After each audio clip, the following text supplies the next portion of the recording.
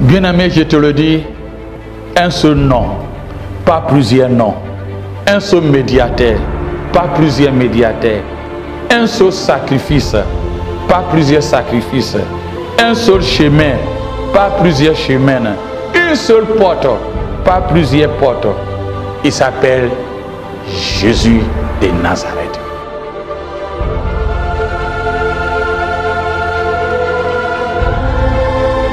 Quelle est l'importance de la dîme et de l'offrande de nos jours dans nos congrégations ou bien dans nos églises respectives, exclues certaines dénominations?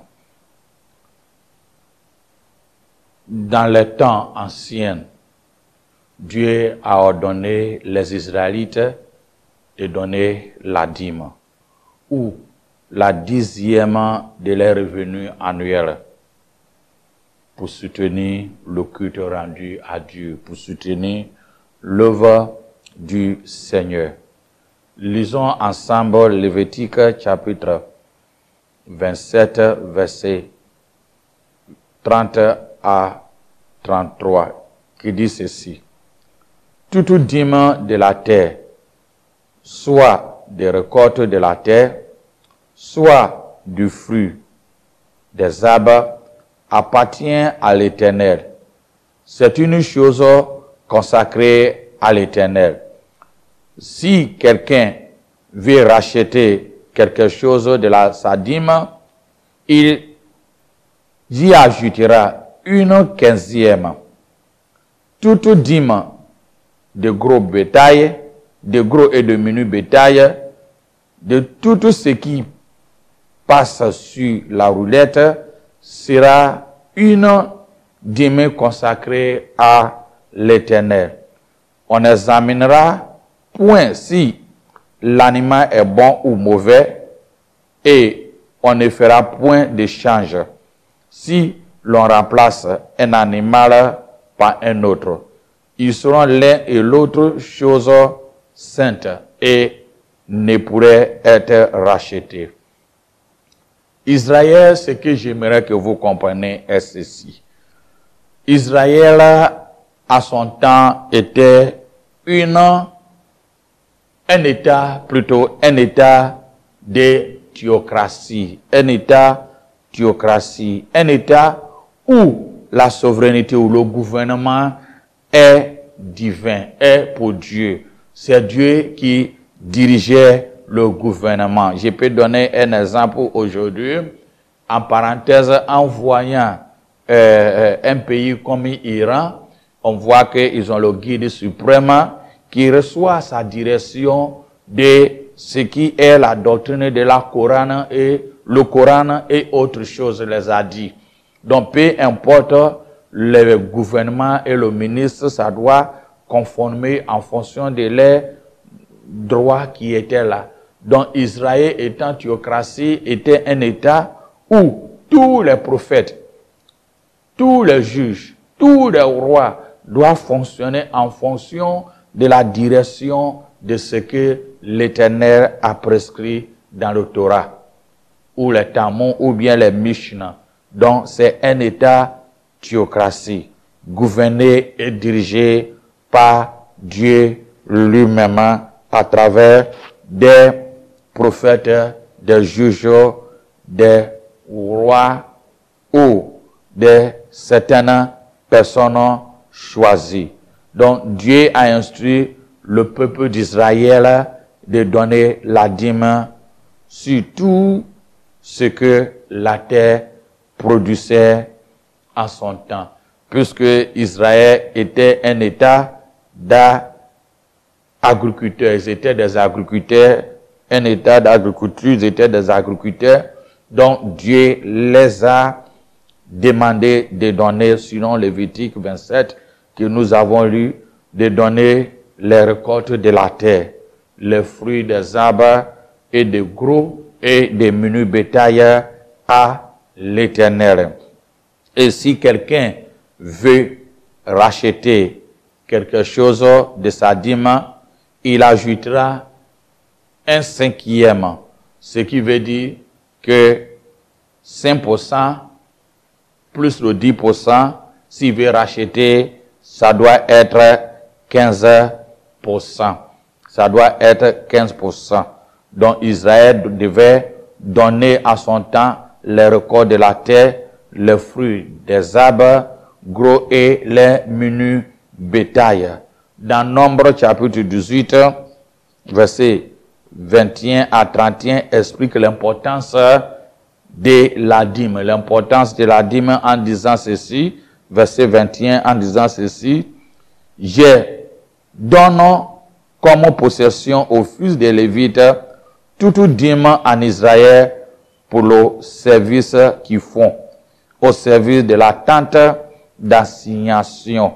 Dieu ordonne en possession aux fils des Lévi toute dîme en Israël pour le service qu'ils font, au service de la assignation, le travail qu'ils font dans le temple, puisque lorsque Dieu a partagé la terre au moment où le peuple venait d'Égypte, les Lévites n'ont pas eu des portions. Donc, ils étaient consacrés uniquement au sanctuaire, au temple. Donc, Dieu a préféré que la dîme soit les pensions, les héritages. Mais quand nous lisons aussi Deutéronome 12, verset 5 à 15, aussi Deutéronome 14, verset 22 à 26, il nous dit aussi, nous lisons verset 28 de verset 14 de Deutéronome, il dit ceci, « Tous les 3 ans, tu sortiras toute la dîme des produits que tu auras obtenus durant cette 3e année, et tu la déposeras dans la ville. » Alors les Lévites, qui n'ont ni part ni héritage avec toi, l'étranger, l'orphelin et la veuve qui habitent dans la vie, viendront et mangeront à satiété. Ainsi l'Éternel ton Dieu te bénira dans tous les travaux que tu entreprendras de tes mains. Lorsque nous voyons ces 3 versets dans Lévitique chapitre 27, et on voit aussi ce que Nombre 18 parle, et Deutéronome, Dieu a nous fait comprendre 3 choses. Les dîmes, qui est le fruit de la terre, qui est les records de la terre, le fruit des arbres, et les gros et les menus bétail, et doit partager dans ce sens-là. Lorsque nous lisons, premier, il avait dit Lévitique, il avait dit, c'est pour les Lévites. Et Nombre dit, c'est pour envoyer au temple, au sanctuaire, et Deutéronome aussi dit, envoie au sanctuaire et les étrangers. Donc, il y a des théologiens qui disaient que, donc, en principe, comment la dîme se fait à une année, il se pourrait que c'est divisé en trimestres, qui fait que chaque année, on fait les dîmes en donnant les Lévites et le temple. Maintenant, vers la fin de l'année, on donne ça aux étrangers, les orphelins et les veuves. Et d'autres aussi disaient que, en principe, première année est pour les Lévites, deuxième année c'est pour le temple, le sanctuaire, les activités, et le 3e année est laissée pour les étrangers, les orphelins et les veuves. Peu importe la distribution, comment ça se fait, mais c'est destiné à ces 3 fonctions. Le travail du temple, les Lévites qui n'avaient pas d'héritage, ainsi que des orphelins et des étrangers, les veuves qui passaient. Et la dîme était une expression en quelque sorte de la part de Dieu comme amour pour Dieu. Ainsi, la confiance qu'il place en lui. Donc, c'est pour le peuple de Dieu une confiance, une bénédiction qu'il trouve envers Dieu et pour la confiance qu'il reçoit en Dieu. Lorsque nous lisons verset 29 de Deutéronome, chapitre 14, il dit ceci. Ainsi, l'Éternel, ton Dieu, te bénira dans tous tes travaux que tu entreprendras de tes mains. Entreprendras de tes mains. Comment j'ai dit que la dîme, en quelque sorte, est pour les Lévites, le temple, les étrangers, les orphelins et les veuves.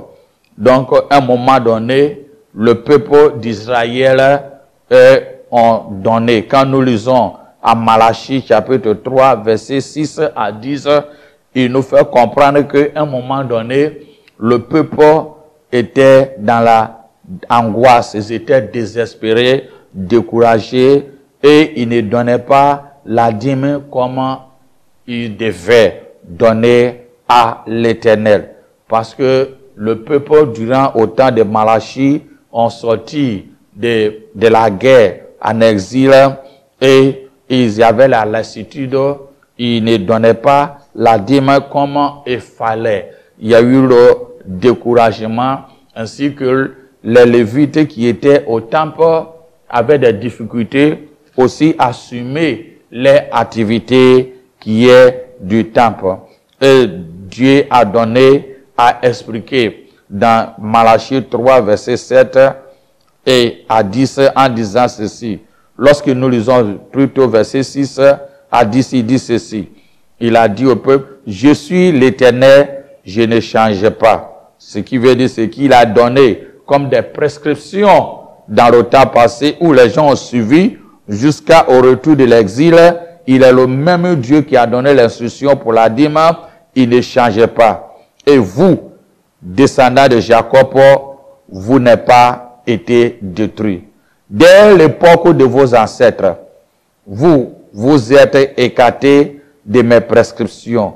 Vous n'allez pas respecter. Revenez à moi, je reviendrai à vous, dit l'Éternel, le maître de l'univers. Et vous dites, en quoi devenons-nous revenir? Un homme peut-il tromper Dieu? En effet, vous me trompez. Et vous dites, en quoi t'avons-nous trompé? Dans les dîmes et les offrandes. Vous êtes frappés par la malédiction et vous me trompez, la nation tout entière. Apportez toutes les dîmes à la maison du trésor, afin qu'il y ait de la nourriture dans ma maison. Mettez-moi ainsi à l'épreuve, dit l'Éternel, le maître de l'univers. Et vous verrez si je ne rouvre pas pour vous les fenêtres du ciel. Et si je ne déverse pas sur vous la bénédiction en abondance. Dernier verset, verset 11, il dit, pour vous, je menacerai les insectes voraces, afin qu'ils ne détruisent pas les produits du sol, et que les vignes ne soient pas stériles dans la campagne, dit l'Éternel, le maître de l'univers. Le maître de l'univers. Le peuple était resté dans la lassitude. Ils étaient restés dans le découragement et ils ne fournissaient pas ce qu'ils devaient donner comme les prescriptions que Dieu a données sur la loi mosaïque. Donc Dieu les a encouragés à le faire parce qu'il va les bénir, il va les bénir. Mais lorsque nous lisons dans le même livre, dans la Bible Ancien Testament, il ne parle pas que la dîme, mais il parle aussi des offrandes, les offrandes volontaires. L'Ancien Testament parle aussi de l'offrande volontaire. L'Ancien Testament parle aussi l'offrande volontaire. L'Ancien Testament parle aussi l'offrande volontaire. Dans la Bible, l'offrande était un acte de reconnaissance à Dieu. C'est un don fait à l'Éternel. Lévitique chapitre 2 ou chapitre 6, verset 7 à 16 parle l'offrande de farine. Exode 12, Exode 22, verset 28 à 29 par des prémices des récoltes et du bétail. Deutéronome 26 par des dîmes des récoltes. Et Lévitique encore 23 par la libation de vin qui était versée sur l'offrande des farines.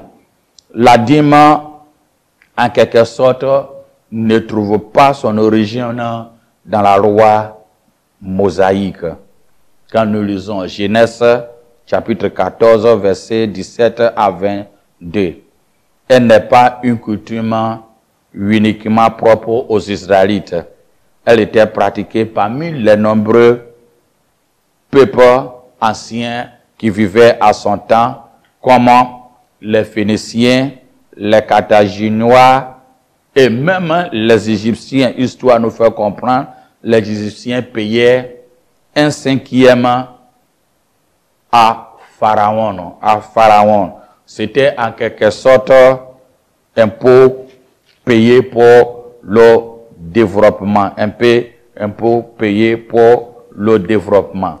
Donc, pour le peuple juif qui était dans la théocratie, l'impôt est payé pour les Lévites et pour faire les activités au sanctuaire, ainsi que pour donner aux étrangers, les orphelins et les veuves. Exode 25, verset 2 dit ceci. Parle aux enfants d'Israël qui m'apportent une offrande. Vous la recevrez pour moi de tout homme qui la fera de bon cœur. Proverbe 3, verset 9 dit ceci. Honorer l'Éternel avec tes biens, tes possessions, et avec les prémices de tout ton revenu. Alors, tes greniers seront remplis d'abondance, et tes cuves regorgeront de mou. La dîme et les offrandes que Dieu a instaurées pour le peuple d'Israël dans l'état théocratie, où lui-même il gouvernait. J'ai dit que c'est pour les Lévites, c'est pour la construction du temple et ses affaires, les orphelins, les veuves et les étrangers. Donc lorsque nous lisons Esdras chapitre 1, verset 4, il dit ceci. Dans tous les lieux où séjournaient des restes du peuple de l'Éternel, les gens du lieu les donneront de l'argent, de l'or, des effets et du bétail avec des offrandes volontaires pour la maison de Dieu qui est à Jérusalem. La dîme et les offrandes volontaires. Mais Dieu a dit au peuple d'Israël dans Deutéronome 8, verset 18, en disant ceci. Souvenez-toi de l'Éternel, ton Dieu, car c'est lui qui te donnera de la force pour les acquérir. C'est-à-dire la force pour acquérir la richesse. C'est pour dire au peuple d'Israël que ne réjouis pas dans vos orgueils, en moi-même, en croyant que c'est ma main qui a tout fourni. C'est mon intelligence et c'est ma force.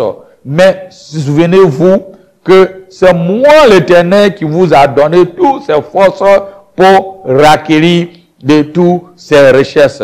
C'est pourquoi il a dit à Moïse, dit au peuple d'Israël qu'il apporte dans ma maison une offrande, et vous recevrez pour moi tous les hommes qui le fera de bon cœur. Tous les hommes qui le fera du bon cœur. Alors, Dieu demande. Alors que dans Genèse, on voit que c'est Dieu qui a tout créé. Genèse chapitre 1, même Psaume 24, nous fait comprendre, Psaume 24 nous fait comprendre que le monde et sa richesse, la terre et tous ses habitants, c'est lui qui l'a fondé sur les mers et la garde inébranlable sur les flots. Si Dieu a fondé le monde et la richesse qui est dedans est pour lui, pourquoi il nous demande de le donner? C'est ça que j'ai expliqué.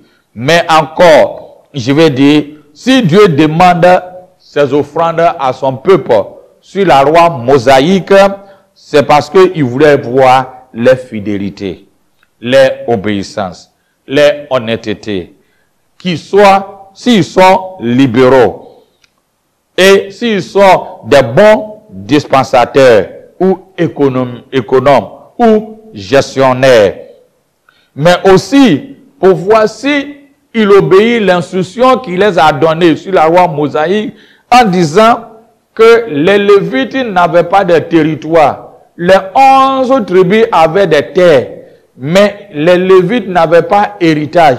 Donc, ils vont se servir que dans le temple.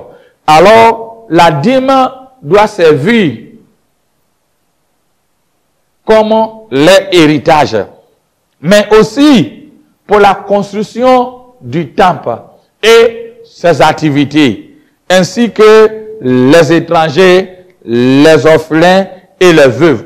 Alors, Dieu voudrait voir si ces instructions étaient vraiment faites, si son peuple sera fidèle, obéissant, honnête, libéraux, et comprendre que tout ce qu'ils avaient en main, ils étaient que des gestionnaires, des économes ou des dispensateurs. Et c'est Dieu qui les a donné tous ces pouvoirs d'acquérir tous ces biens. Alors, c'est pourquoi Dieu les demande toutes ces choses. Mais quel était le modèle dans lequel Dieu a instauré pour le peuple d'Israël, du peuple Israël dans l'Ancien Testament? Lorsque nous lisons Genèse chapitre 14, verset 20, il dit ceci: lorsque Abraham revient en vainqueur, après avoir délivré Lot, son neveu, il donna la dîme au sacrificateur Melchisédek. Comprenez ceci. La dîme d'Abraham n'est pas son revenu, ou c'est bien que lui-même il a travaillé pour avoir.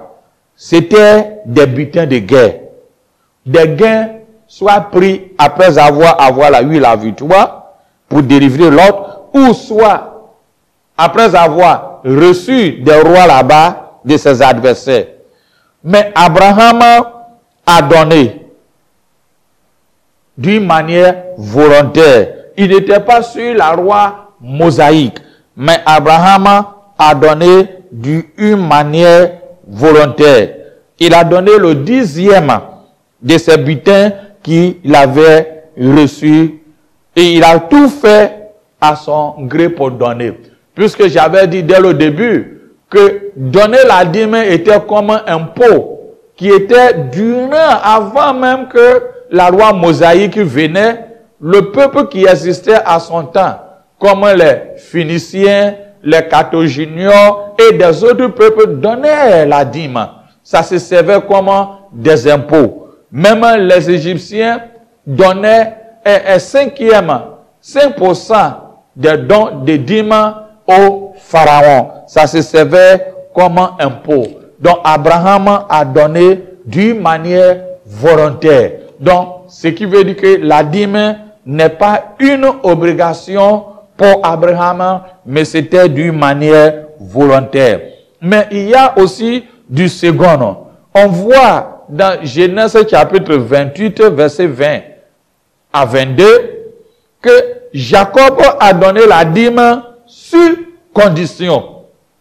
Il a donné que sur condition. Si Dieu remplit ses requêtes, alors il donnera la dîme. Abraham a donné volontairement. Mais Jacob, il dit, si Dieu a compris ce que je veux et il le fait, je donnerai ma dîme. Vois Genèse 28, verset 20 à 22, il dit ceci. Jacob fit un vœu en disant, si Dieu est avec moi et me garde pendant ces voyages que j'ai fait, s'il me donne du pain à manger et des habits pour me revêtir, si je retourne en paix à la maison de mon père, alors l'Éternel sera mon Dieu. Cette pierre que j'ai dressée pour monument sera la maison de Dieu. Et je te donnerai la dîme de tout ce que tu me donneras. Si je vais, tu me gardes pour aller et revenir à mon voyage, si tu me donnes à manger, si tu me donnes ce qui a revêti, alors tu seras mon Dieu. Et à mon retour, je vais payer la dîme. Ce qui veut dire que si toutes ces choses n'ont pas été faites, je ne payerai pas la dîme. Donc, c'est la condition. Ça, c'est avant la loi de Moïse. Abraham a donné volontairement. Jacob a posé une condition avant de donner sa dîme. Selon la loi de Moïse, Dieu a obligé le peuple. On leur dit de donner. On leur dit de donner. Parce que l'État d'Israël est maintenant reconstitué. Reconstitué. Les 12 tribus sont déjà reconstituées. Ils n'étaient pas des, comme on appelle, sortis d'Égypte ou bien avant d'aller à l'Égypte, mais l'État était reconstitué. Alors, impérativement, Dieu les a obligés de donner la dîme. C'est pourquoi dans Malachie 3, il dit, apportez-moi, c'est comme on dit aux enfants, apportez-moi la dîme à la maison du trésor. Apportez-moi les dîmes à la maison du trésor. Il donne la commande, afin qu'il y ait la nourriture dans ma maison. Comme le peuple était découragé, mettez-moi à l'épreuve, dit l'Éternel, le maître de l'univers, et vous verrez si je ne ouvre pas pour vous les fenêtres du ciel. Et si je ne déverse pas sur vous la bénédiction en abondance. La bénédiction en abondance. En outre, payer la dîme est une chose que de faire régulièrement. Quand nous voyons ces choses-là, on voit que payer la dîme était une chose qui était faite d'une manière régulière. Était faite d'une manière régulière. Une manière régulière. Était faite d'une manière régulière. On voit que Abraham a donné d'une manière volontaire. Jacob a posé la question, si tu fais ça pour moi, je payerai ma dîme. Et au temps de la loi mosaïque, il faisait ça d'une manière régulière. Souvent, on aime poser beaucoup de questions. Mais ce qui est important est ceci. Abraham n'a pas répété la dîme. Selon la Bible, et ce que je comprends, il a fait une fois à Melchisédek et c'est fini. Jacob n'a pas répété la dîme. Il a fait une seule fois et c'est fini. Mais quand nous voyons dans la loi mosaïque, c'était répété régulièrement. Je ne vais pas vous choquer, puisque moi-même je paye ma dîme. Mais certaines personnes utilisent le passage d'Abraham en disant, payer la dîme est réellement un principe qui transite dans le gouvernement et donc est valable pour nos jours. Parce que Abraham a payé la dîme avant que Moïse même obliger le peuple à payer. Mais ce que j'aimerais que vous compreniez est ceci. Je mets une hypothèse, parce que je suis un théologien et un docteur de divinité. La dîme d'Abraham se référait que quand Abraham revenait du combat, donc le roi lui donnait la 10e du butin qu'il avait. Donc on ne doit pas baser la dîme sur prétexte que c'était fait dans l'Ancien Testament, bien avant que Moïse a donné, Abraham donnait. Mais comprenez, Abraham, cette hypothèse ne tient pas. Parce que Abraham, c'était un butin, ce n'est pas des revenus, ce n'est pas des choses même que lui-même il a travaillé pour faire. Mais lorsqu'il venait du combat, suis-moi dans le contexte du Nouveau Testament. Bien-aimé, je te le dis, un seul nom, pas plusieurs noms. Un seul médiateur, pas plusieurs médiateurs. Un seul sacrifice, pas plusieurs sacrifices. Un seul chemin, pas plusieurs chemins. Une seule porte, pas plusieurs portes. Il s'appelle Jésus de Nazareth.